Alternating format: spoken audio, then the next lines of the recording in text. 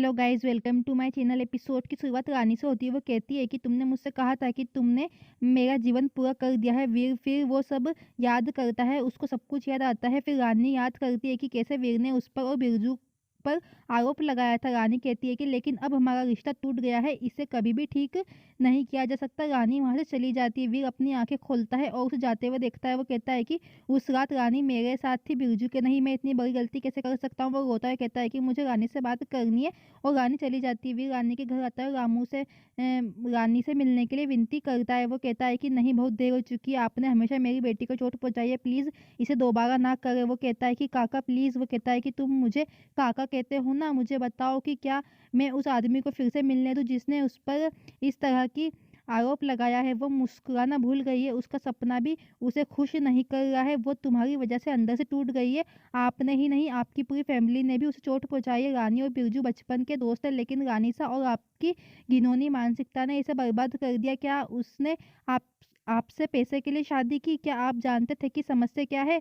आप सोचते हो कि आप कितने महान हो और वो भूल जाते हैं कि महिलाओं में भी स्वाभिमान होता है। आपने रानी के स्वाभिमान को ठेस पहुंचाई है, इसका इलाज कोई नहीं कर सकता। मैं अब उसकी मुस्कान नहीं छीनना चाहता, लेकिन मैं तुम्हें उसे और परेशान नहीं करने दूंगा। प्लीज यहाँ से जाओ। वो दरवाजा बंद कर देता है। राजेश्वरी कहती है कि मुझे पता है कि मैं जीत गई हूँ। वो कहती है कि वीर टूटे हुए दिल के साथ वापस आ रहा होगा। जय राजेश्वरी के पास आता है और कहता है कि रानी साहब, वीर हमारे साथ नहीं जाएगा, वो कहीं नहीं जा रहा है, उसने सब कुछ पता लगा लिया है, उसको सब कुछ याद आ गया है।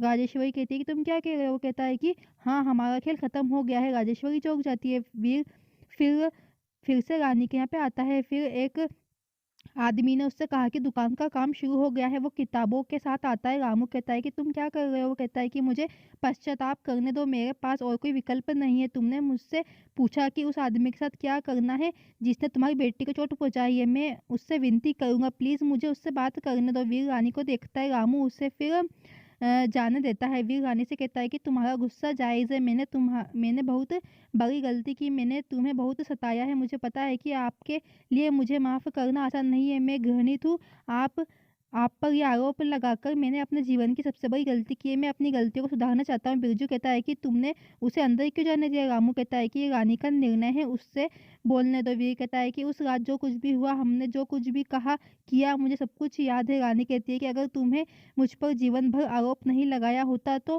क्या हमारा रिश्ता इतना उथला था कि एक गलतफहमी के लिए तुम मुझ पर आरोप लगाओगे? आपने वो सब कुछ किया जो आपको नहीं करना चाहिए था। वो कहता है कि मैं गुस्से में था, मैंने गलतियाँ की, मैं गलत कदम उठाता रहा। आप पर शक करना क्या आगा से फर्जी शादी और आपसे सवाल करना।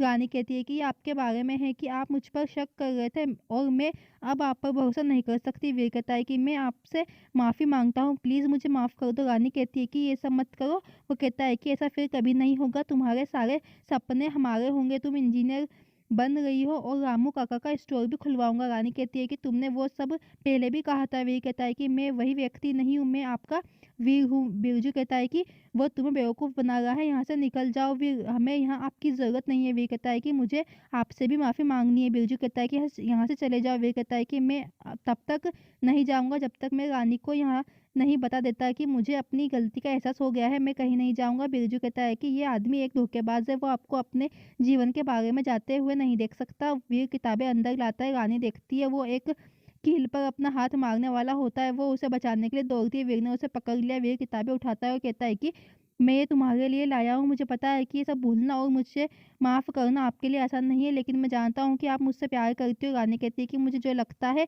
वो अब मायने नहीं रखता। मुझे डर है कि ऐसा दोबारा होगा। मुझे नहीं पता कि इस सब के साथ आप पर कैसे भरोसा किया जाए। वीर कहता है कि ये फिर कभी नहीं होगा। रानी कहती है कि तुम पर भरोसा नहीं कर सकती। वो अंदर जाती है। वीर कहता है कि तुम्हारा डरना उचित है, लेकिन मैं फिर से तुम्हारा विश्वास जीतूंगा।